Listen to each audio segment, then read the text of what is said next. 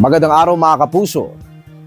Alam nyo ba, bagamat mukhang isda na may mga paa ang mga axolotl, sila ay mga amphibian o mga hayop na kayang mabuhay sa tubig at sa lupa. Native o nagmula sa Mexico ang mga axolotl na tinatawag ding Mexican walking fish. Sila ay kamag-anak ng mga salamander.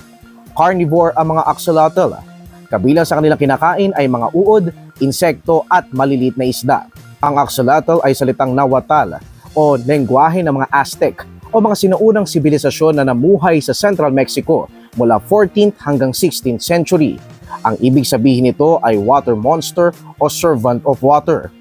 Hango ito sa pangalan ng Aztec god ng apoy at kidlat na Xolotl na may kakayahang magbago ng anyo at maging isang salamander.